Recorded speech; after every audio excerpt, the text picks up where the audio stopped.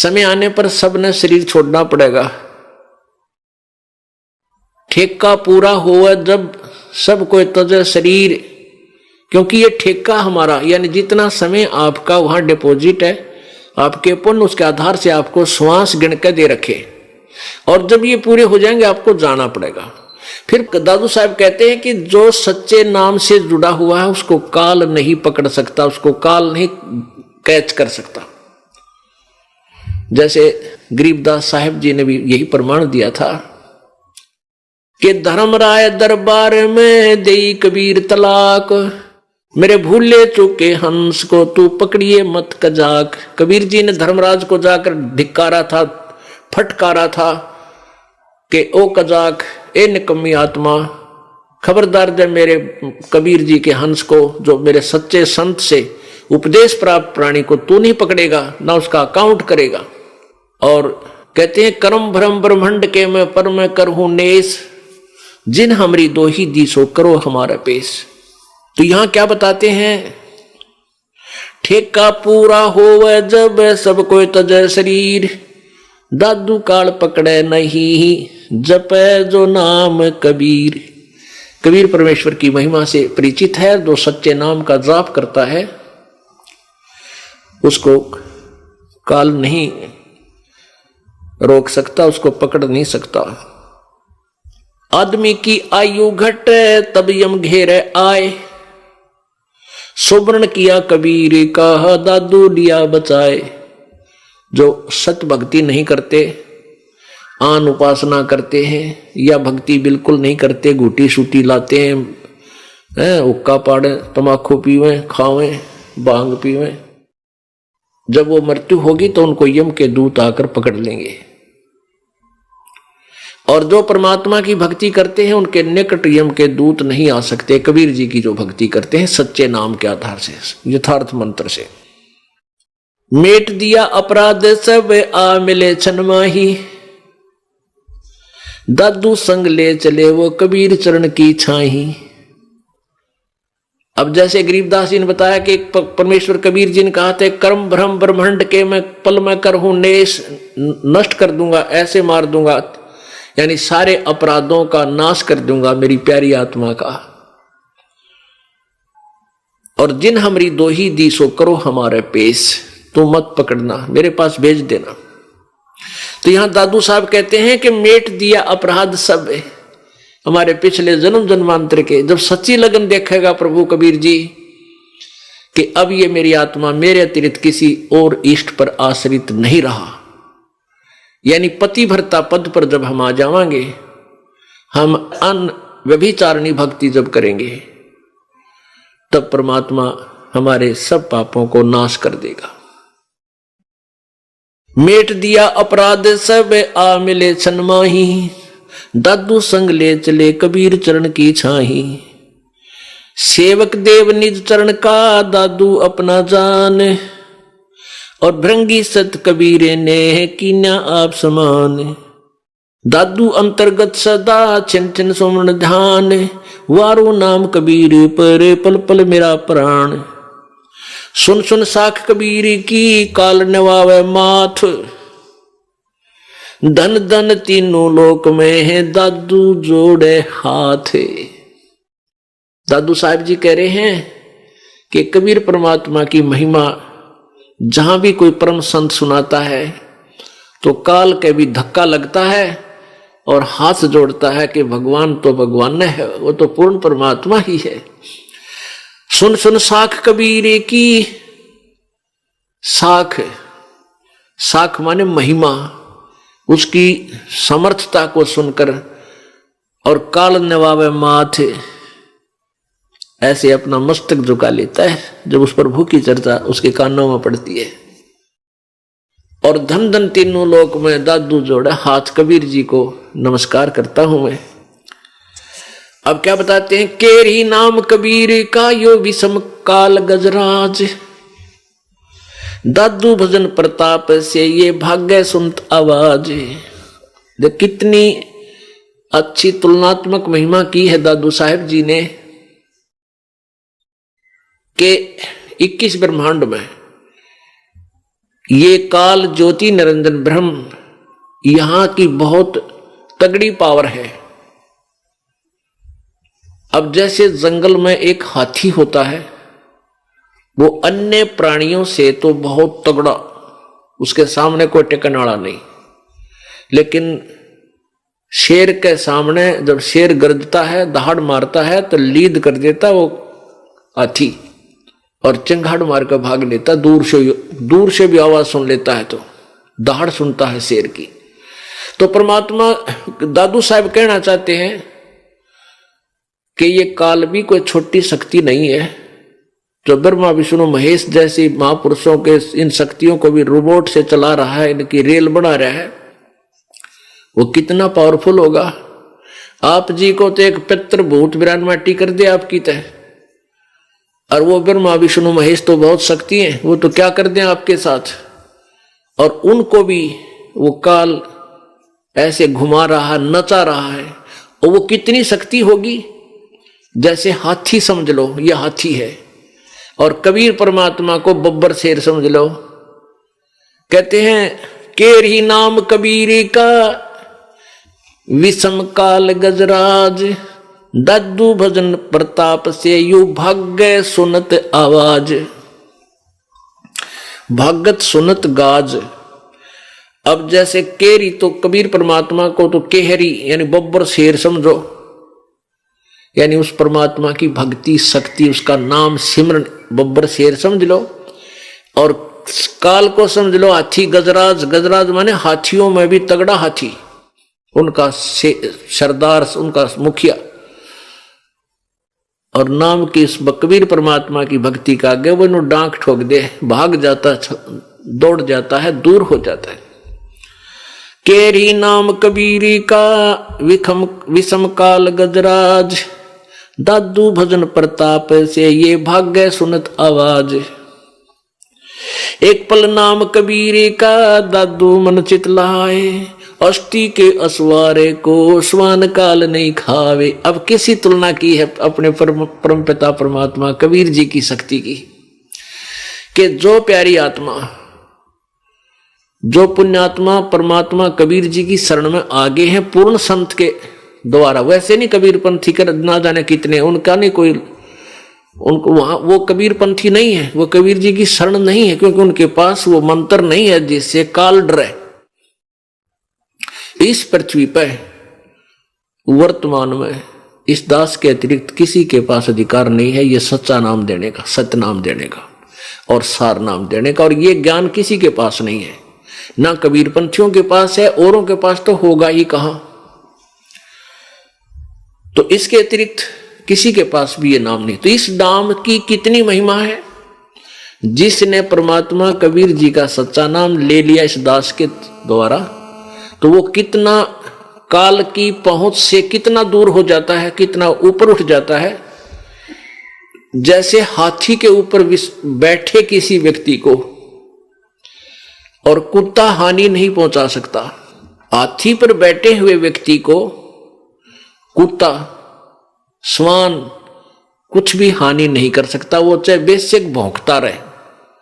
तो पुण्यात्माओं, आप जी जो परमेश्वर कबीर जी की शरण में आगे हो, आप समझ लो हाथी पर बैठ गए और काल की पहुंच से कितना दूर हो गए। काल को कुत्ते की श्वान की संज्ञा दी है, फिर अब समझ लो कि श्वान, काल तो श्वान है, कुत्ता है, और आप हाथी पर बैठ गए। ये आपका कुछ नहीं बिगाड़ सकता। हाँ, यदि आप ही हाथी से नीचे उतर जाओगे तो पिंडी पाट देगा आपकी जाति।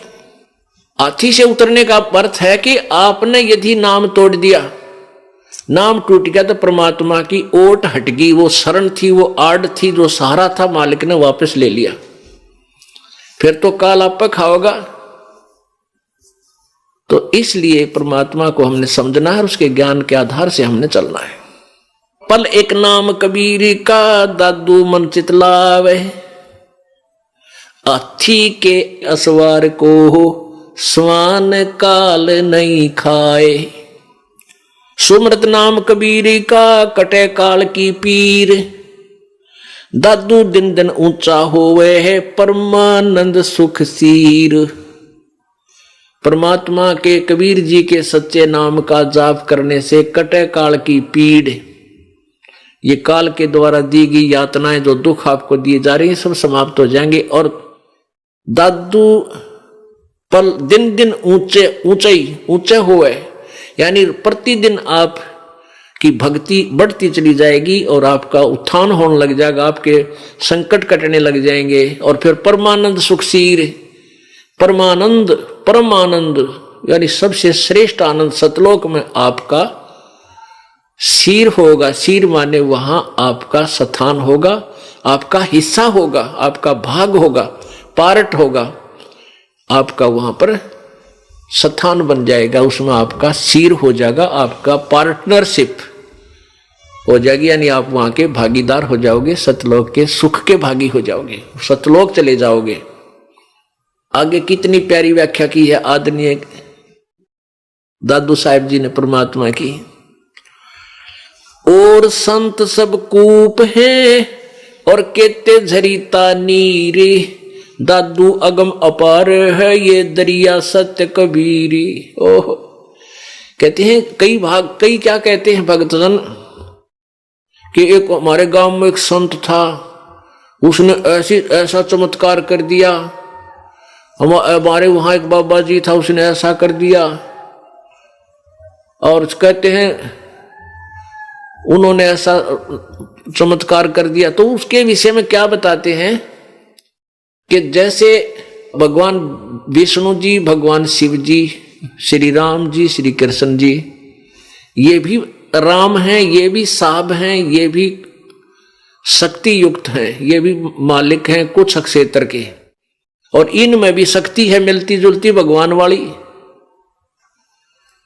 अब जैसे भगवान श्री कृष्ण जी अर्थात विष्णु जी ने राजा मोरध्वज का पुत्र ताम्रध्वज को आरे से चरवा कर बीचों बीच कटवा दिया, लड़का मर गया ताम्रध्वज, और फिर जीवित कर दिया। अब ये शक्ति उनमें भी है, लेकिन श्री कृष्ण जी अपने सगे भाणजे अभिमन्यु को जीवित नहीं कर सके, जो कि महाभारत के युद्ध में प्रथम दिन मृत्यु को प्राप्त हो गया और पांडवों का कुल नाश हुआ था। और श्री कृष्ण की बहन सुभद्रा का वो पुत्र था, अर्जुन का बेटा, श्री कृष्ण का सगा भाणजा, और नहीं जीवित कर सके, क्योंकि अभिमन्यु का जीवन शेष नहीं था, उसका इतना ही जीवन था, इतनी श्वास थे, और मोरध्वज के पुत्र ताम्रध्वज का जीवन शेष था, श्वास शेष थे, आयु शेष थी, इसलिए वो उसको जीवित कर सके। अब ऐसे तुलना कर रहे हैं दादू साहेब। और संत सब कूप हैं केते झरीता नीर, दादू अगम अपार है ये दरिया सत्य कबीर। जैसे कुछ तो ऐसे संत समझो थोड़ी बहुत राहत देते हैं, जैसे कुआ होता है, वो कुआ एक परिवार का काम चला सकता है, 2 परिवारों का काम चला सकता है सिंचाई में, जैसे ट्यूबवेल लगा लिया या वैसे। और केते झरीता नीर, जैसे झरना बहता है, वो कुछ क्षेत्र को राहत दे सकता है, बस वो भी दे सकता है राहत, लेकिन कुछ क्षेत्र को। और दादू अगम अपारे है ये दरिया सत्य कबीरी। ओह, अब कबीर जी की अक्षमता समर्थता बता रहे हैं कि कबीर जी को समझो दरिया है, उसमें से अन्य नहर भी निकाल लो, पानी पी भी लो, सिंचाई भी कर लो, और तो भी उसका अंत नहीं आता। तो ऐसे समर्थ ये कबीर जी है। अपने आत्मा जब ये पता चलेगा कि कौन परमात्मा कितनी अक्षमता का है, तो उसमें हम अपने आप ही उस परम पिता परमात्मा की तरफ आकर्षित हो जाएंगे, जो सर्व सुखदाई है, अजरो अमर है, जहां जाने के बाद हम कभी मृत्यु को प्राप्त नहीं होंगे। पुण्यात्माओं, इस ज्ञान से आपको जो ये तत्व ज्ञान आपको दिया जा रहा है, इसको ध्यान पूर्वक सुनो। आप पुण्यात्माओं विचार करो, आपको ऐसा ज्ञान दिया जा रहा है, इस ज्ञान के आधार से आप अपने आप सेट हो जाओगे। हमने कौन से भगवान की भक्ति करनी चाहिए। अब जैसे गीता जी अध्याय नंबर 2 के श्लोक नंबर 46 में कहा है कि अर्जुन, बहुत बड़े जलाशय की प्राप्ति के उपरांत छोटे जलाशय में जैसी आस्था रह जाती है, ऐसी ही श्रद्धा पूर्ण परमात्मा की महिमा से परिचित हो जाने के बाद अन्य ज्ञानों में, अन्य भगवानों में तेरी रह जाएगी। अपने आत्माओं, जैसे पहले पुराने समय में जब ये गीता जी का ज्ञान दिया जा रहा था, उस समय तालाबों के ऊपर ही मानव आश्रित थे, तालाबों से ही सिंचाई करते थे, तालाब से ही पानी पीते थे, उसी से पशु पालन करते थे। एक तालाब ऐसा होता है जो एक वर्ष वर्षा ना हो तो सूख जाता है, और उस पर आश्रित जितने भी प्राणी थे वो सभी मर जाते हैं, भूखे प्यासे नष्ट हो जाते हैं। और जो व्यक्ति ऐसे तालाबों पर आश्रित हैं, जिन वर्षा हो जाती है, उनमें पानी आसपास के ऊंचे क्षेत्रों का आके वो भर जाता है, एक वर्ष काम चलाओ सरकार वो काम चला देती है। और उस व्यक्ति को कोई इतना बड़ा सरोवर मिल जा, इतना बहुत बड़ा जलाशय मिल जावे जिसमें 10 वर्ष वर्षा ना हो तो भी उसके पानी का समाप्ति नहीं हो, जल समाप्त ना हो, तो कहते हैं उस व्यक्ति की आस्था जो उस बहुत बड़े जलाशय की प्राप्ति के उपरांत उस छोटे जलाशय में रह जाती है, कितनी रह जाती है? वो छोटा जलाशय उसको बुरा नहीं लगता, क्योंकि वो उसमें भी जल है पर काम चलाऊ है। और इतना बड़ा जलाशय, इतना बड़ा जोड़ मिल जा, झील मिल जावे तो उसके किनारे जा बैठेगा, फिर वो छोटे जलाशय को त्याग देगा, क्यों तो काम चलाऊ है। आप भी सूखकर हम भी मरेंगे इसकी शरण लेकर। तो इस प्रकार जब आपको पूर्ण परमात्मा कबीर जी की अक्षमता का पता लग जाएगा, ये कितने समर्थ हैं, इनसे हमें क्या सुख होगा, और ब्रह्मा विष्णु महेश और ब्रह्म और परब्रह्म से हमें क्या लाभ हो सकता, कितना ये हमें राहत दे सकते हैं। और जब ये पूर्ण ज्ञान आपको हो जाएगा, सबकी सतिथि से आप परिचित हो जाओगे, फिर अपने आप आपकी आस्था कबीर परमात्मा में उस बहुत बड़े जलाशय की तरह आप पे चिपक जाएगी। ब्रह्मा विष्णु महेश हमने बुरे नहीं लगेंगे, ब्रह्म परब्रह्म बुरे नहीं है, क्योंकि उनमें भी कुछ गुण है। जैसे छोटे जोड़ में तालाब में पानी था, वो भी काम चला दे, लेकिन उस सरोवर के बराबर नहीं है, उस झील के तुलना में नहीं है। फिर उसी पर जाकर रुक जाएंगे, उस तालाब की तरफ झांका भी को नहीं, आकर देखें भी नहीं वहां आकर के, उसके किनारे जा बैठेगा, क्योंकि पहले ऐसे ही बसा करते थे उस समय की। तो एक उदाहरण हमने लेना है। तो उसी तरह दादू साहब कह रहे हैं, और संत सब कूप हैं केते झरीता नीर, दादू अगम अपारे है दरिया सत कबीर। ओह, अब कुछ संत तो कुएं समझ लो, उनमें भी थोड़ी बहुत काम चलाओ राहत वो दे देते हैं, और कुछ जरीता नीर यानी झरने, जो पानी ऊपर पर्वत पहाड़ा में तो फूट फाट का आ जा, थोड़ा बहुत नाला बनकर चल पड़ा आगे जाकर, वो भी कुछ काम सहारा दे देता है। और दादू अगम अपार है यो दरिया सत कबीर। ओहो, अब अपने भगवान को, कबीर जी को आप आपस समझ जाओगे ये कितना समर्थ है।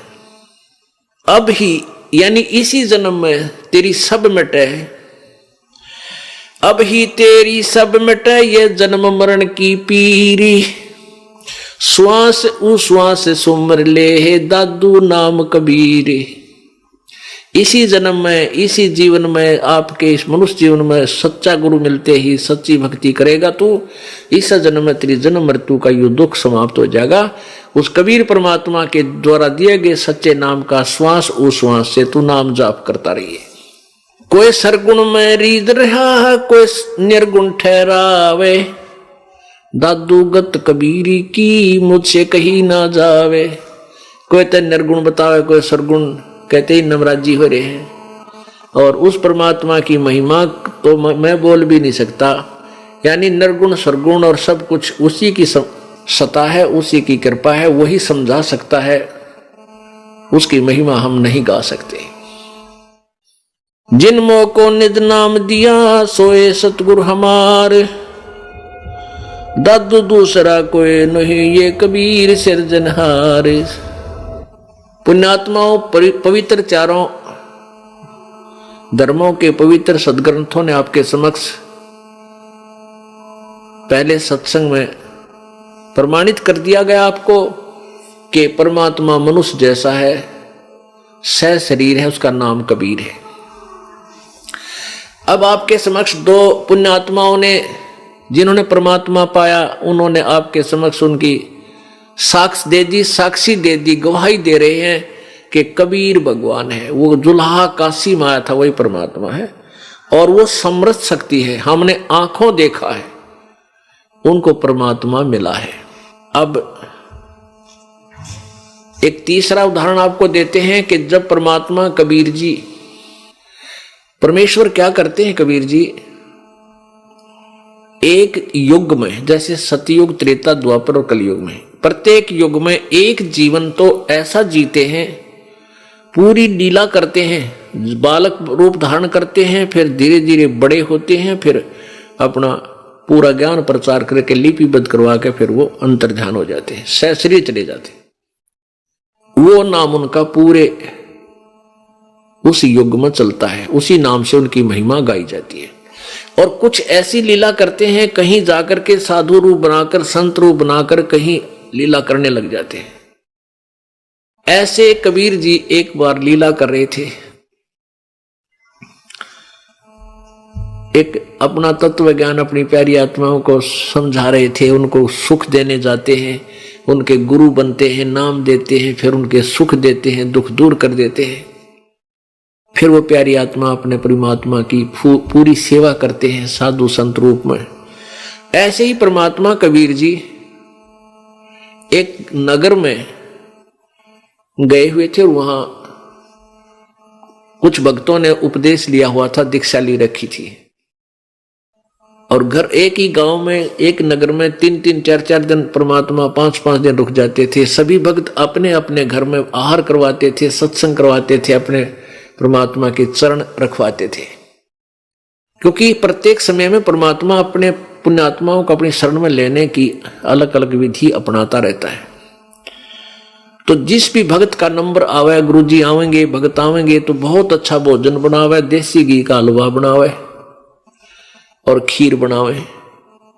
उसी नगर का एक बहुत बड़ा चौधरी, यानी बहुत बड़ा धनी व्यक्ति, बहुत प्रभावशाली व्यक्ति, मलुक राम जी, वो मलुक राम जी जब सुबह फ्रेश होने के लिए सैर सपट्टे को जाता और वापस आता, तो वापस आता तब उसने क्या देखता कि किसी ना किसी घर में हलवा बनाने की महक उठ रही होती है। हलवे की महक बहुत गजब की, वह दूर तक जाया करे। तो वो देखता भाई आज इस घर में हलवे की महक उठी थी, कल दूसरे में, परसों तीसरे में ऐसे हो रही। उसने पूछा किसी से, भाई ये क्या क्या कारण है, ये इन घरों में इसी के खुशी मनाई जा रही है, रोज हलवे बने देसी घी का। तो किसी ने बताया कि इनके गुरुजी आए हुए हैं, उसकी खातिरदारी में, उनकी सेवा में ये ऐसा कर रहे हैं। तो मलुकदास ने जी ने सोचा, ला देखो उस गुरुजी ने किसी ने ऐसे कान भर दिए कि ये मस्टंडा रहा है, यहाँ पर रोज हलवे पाड़ा है और मूर्ख बना रहा है अपने नगर ने, अपने गांव ने ठग के ले जाएगा। भगता ने बोला ने ऐसा आदमी दिखे है। तो उस चौधरी साहब ने सोची, ला देखो इस गुरुजी में क्या खासियत है। परमात्मा बैठे थे चारपाई पर गुरुजी रूप में, और भक्त आसपास 10-5 बैठे थे, कुछ सेवा कर रहे थे। अब चौधरी साहब को सब जाने थे, उसकी बड़ा प्रभाव था। तो भगत जन एक तरफ हो गए, उसको आने दिया चौधरी जी को। मलुक राम जी कहने लगे, रहे कौन है तू? वो भगत बोले, जी हमारे गुरु जी है।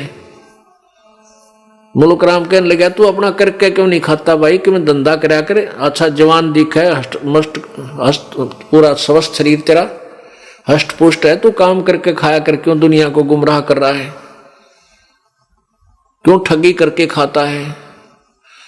तो कबीर परमात्मा बोले चौधरी साहब मेरे को परमात्मा बिना किए बिना धंधा करे दे रहा है तो मैं क्यों करूं, मैंने क्या आवश्यकता धंधा करने की। चौधरी साहब बोला वो मुझे क्यों नहीं देता बिना किए। परमात्मा कबीर जी बोले तेरा विश्वास को ना भगवान का इसलिए ना देता तेरे थे। बोला अच्छा मैं विश्वास करके देखूं, हाथ पर हाथ रख के बैठ जाऊं, कहीं दे देगा मुझे भगवान भोजन। परमात्मा बोले अवश्य देगा जब तू विश्वास करेगा तो। अब एक शर्त रख दी उस मुल्क राम ने, चौधरी ने, कि सुन ले बात बाबा जी, आज मैं ऐसे स्थान पर बैठूंगा, यदि आज तेरे भगवान ने मुझे भोजन खिला दिया तो मैं तेरा चेला बन जाऊंगा, शिष्य बनूंगा, और यदि आज मुझे भोजन नहीं दिया तेरे भगवान ने तो मैं तेरे को पकड़ के अपना मजदूर लगाऊंगा और वहां अपने खेतों में काम करवाऊंगा, आजीवन तुझे मजदूर बंधक बना कर रखूंगा। मंजूर है? परमात्मा बोले कति मंजूर है, पूरा मंजूर है, मुझे स्वीकार्य है। अब क्या हुआ कि मुल्कदास चौधरी साहब अपने खेतों से दूसरे साइड में जो उनके खेत थे उसकी बजाय दूसरे गांव की तरफ सीमा से पार जाकर और एक घने जंगल में एक वृक्ष के ऊपर चढ़ कर बैठ गया कि देखता हूं आज मुझे यहां कौन रोटी खिला देगा। अब कहते हैं सोचल छिद्र मैं करूं अपने जन के काज, परमात्मा कबीर जी कहते हैं अपनी प्यारी आत्मा को ना जाने क्यों किस प्रकार शरण में ले लूं के लीला करके। तो वहां उस जंगल में उस वन में ये गडरिये थे, भेड़ बकरी चराने वाले, उनमें दो चार वो गायें भी रखते थे। उनका कोई त्योहार था, वो कहने लगे भाई खीर बना लो आज अपना त्योहार है। उनने एक व्यक्ति दो की ड्यूटी लगा दी कि भाई तू यहां खीर बना ले, दूध निकाल ले गौओं का, और हम इन बकरियों को आगे चरा लेते हैं थोड़ा दूरी पर जाके, फिर हम यहीं आ जाएंगे दोपहर के समय। तो उन्होंने क्या किया, उसी वृक्ष के नीचे वो खीर का पतीला चढ़ा दिया, चावल डाल दिए, दूध गिर दिया, लकड़ दिए बाल। अब क्या हुआ, थोड़ी सी देर में उन्होंने क्या देखा कि उसी रास्ते से कुछ घोड़ों पर सवार व्यक्ति आ रहे हैं। उन जंगल में रहने वाले व्यक्तियों को पता होता है कि ये घोड़े पर जो ऐसे आते हैं व्यक्ति ये डाकू होते हैं। वो डाकू थे 10-12 घोड़ों पर। अब वो जो खीर बनावे थे वह तो भाग गए, मारेंगे हम ना भाई, वो तो भाग गए दूर। और उसी वृक्ष के नीचे आकर के वो सभी घोड़ों वाले डाकुओं ने वहां अपने घोड़े रोक दिए और वहां देखा कि एक बहुत बड़े पतीले में और कोई वस्तु उबल रही है। एक उनमें से एक ने कहा कि देखियो इसमें क्या है। वो एक ने उतर कर देखा घोड़े पर तो उसमें खीर इतनी बढ़िया, और वह भूख लाग रही डाकुआ ने। कहने लगे अपने उस्ताद से कहा कि उस्ताद इसमें तो खीर है बहुत बढ़िया और भूख भी लग रही, आ जाओ नीचे। तो वो कहने लगा, एक उनमें समझदार सा बुला रहा नू तो देख लो कि देखो हमने मारने के लिए साजिश रच गया और इसमें कोई जहर गिर गया हो, गिर डाल दिया हो, इसका परीक्षण कर लो किसी पशु पक्षी ने खुआ के। उन्हीं के में से एक साथी कहने लगा रहा वो बनाने वाला ऐसा कित भाग गया होगा, यही छुप रहा होगा कितने वो जड़ा में, देखो यही छुप गया होगा किस आसपास, देखा ध्यान करो। एक ने ऊपर देखा कि वो चढ़ रहा ऊपर, वो बैठा ऊपर बैठा चौधरी मुल्क राम। उन्होंने सोचा ये डरता चढ़ गया ऊपर कि कदे डाकू मार दे। कहने लगे भाई नीचे आ जा। अब मुल्क राम ने बेरा नहीं था ये डाकू है, उन्हें सोचा रहा चलते होंगे। ने बोला मैं ना उतरू नीचे। ने बोला रहा नीचा हमने एक जरूरी काम है तेरे ते। ने बोला ना हूं मैं नीचे नहीं आओ। तो कहने लगे मार रहे इसके गोली। ने बोला गोली मत मारियो नीचे आ जाऊंगा। वो नीचे आ गया। नीचे आ गया तो उन्होंने क्या किया कि उस जो पतीला ढक रखा था उसका ढक्कन, उसका ऊपर खीर निकाली और कहने लगे ले इस खीर न खा, अब खाओगा तो यो मर लेगा जब मिला रखा होगा तो मलुक राम कहने लगा कि ना खाऊं खीर, मैं ना खाऊं खीर। उनका पक्का विश्वास हो गया कि इस दुष्ट ने इस समय कि मैं मिला रखा है, जात ना खाता इसलिए नहीं खा रहा। उसका दो मारे जूत गेर के न बोले खा खीर, दे मुक्या दे लाता हूं छिड़ा पहला तय। और बोले तेने पता हम कौन है? डाकू है डाकू। अब डाकू सुनते उसका कलेजा हिल गया चौधरी साहब का, और हाथ जोड़े अंदर अंदर प्रार्थना करे। वो पेटे ना जब कहे हे महाराज जी बना बचा लो, आते ही आपकी शरण ग्रहण करूंगा, आपका नाम लूंगा, शायद आजीवन तेरी भक्ति करूंगा। भीतरे भीतरे पक्की आम्र वाली परमात्मा ने कूट छेद के अब उसने खीर खाई। खा खीर, अब खा और खा, कति फुल कर दिया और आध घंटा वहां बिठा कर रखा। मरेगा तो आध घंटा मर लेगा। जब नहीं मरा उसने सारी कहानी बता दी कि तुमने तुम्हारा नाश कर दिया, मैं तो न्यू छुप कर बैठा था, मेरी एक बाबा जी की शर्त लाग रही थी, मैंने कुछ नहीं मिला बनानी है, गए भागे। तब उन डाकुआ का पेटा भर गया कि भाई ठीक आदमी तो यो ऐसा नहीं था। उनने वह खीर बाद में खाई, उसको मारी ला तक भागी दौड़ जाते यहां से, वो भाग गया। अब भागता सीधा अपनी जान बची, लाखों पाए, लौट के बुद्धू घर को आए। आते ही कबीर परमात्मा के पास पहुंचा और चरणों में गिर गया। कबीर जी बोले, परमात्मा बोले चौधरी साहब भगवान ने कुछ करी सेवा तेरी, कुछ भोजन आहार कराया? ने बोला जी तेरा भगवान तो मार मार खीर खिलावे है कि आपका भगवान तो पक्का है मार मार खीर खिलाता है भगवान। तो परमात्मा कहते हैं बेटा तेरा या चौंध लाग रही थी, भगवान जो चाहे सो कर सकता है। और आपने हमारा ज्ञान सुना नहीं, मैं क्या बताता हूं, मैं ये कहता हूं काम भी करो और भक्ति भी करो। भाई आप तो अपनी घिसी पिटी थूरी से सोच लेते हो कि तू मस्टंडा है बैठकर खाता, नहीं, मेरे जितनी मेहनत तू नहीं कर सकता जो मैं कर रहा हूं। और किस मेरा क्या उद्देश्य है अब परिचित होगा। फिर चौधरी साहब ने नाम लिया और मुल्क राम चौधरी से मुल्क दास कहलाया, क्योंकि पहले तो आदमी जब तक भगवान से परिचित नहीं होता, ज्ञान से परिचित नहीं होता, तो सातवें आसमान पर उसकी बुद्धि रहती है।